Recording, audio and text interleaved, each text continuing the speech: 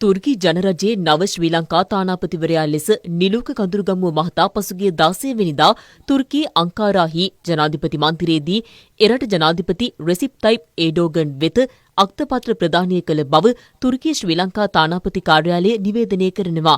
එහිදී තානාපති කඳුරුගම්මුව මහතාට තුර්කී ජනාධිපතිවරයා සාර්ථක දුහර කාලයක් සඳහා සුබ පැතුම් එක් කර ඇති අතර නව තානාපතිවරයා යටතේ ශ්‍රී ලංකාව සහ තුර්කිය අතර දිගුකාලීන මිත්‍රත්වය තවදුරටත් ශක්තිමත් වනු ඇති බවට විශ්වාසය පළ කර තිබෙනවා.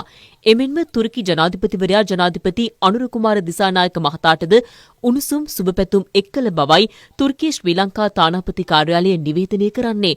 අක්තපත්‍ර ප්‍රදානෝත්සවයෙන් පසුව තානාපති කඳුරුගම්මුව මහතා සහ තුර්කි ජනාධිපතිවරයා අතර ද්විපාර්ශ්වික වශයෙන් වැදගත් වන කරුණු රැසක් සම්බන්ධයෙන් විශේෂ සාකච්ඡාවක්ද පවත්වා තිබෙනවා.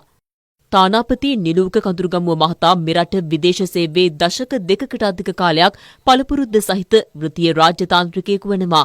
තානාපති දුහරයට පත්වීමට පෙර ඒ මහතා විදේශ කටයුතු විදේශ රැකියා සහ සංචාරක අමාත්‍යාංශයේ දකුණු ආසියානු සහ සාක් අධ්‍යක්ෂ ජෙනරාල්වරයා ලෙසත් 2019 වසරේ සිට 2023 වසර දක්වා නවදිල්ලියෙහි ශ්‍රී ලංකා නියෝජ්‍ය මහකොමසාරිස්වරයා ලෙසත් සේවය කර තිබෙනවා. එමෙන්ම ඒ මහතා එක්සත් ජාතීන්ගේ ශ්‍රී ලංකා ස්ථීර දූත මණ්ඩලයේද සේවය කර තිබෙනවා.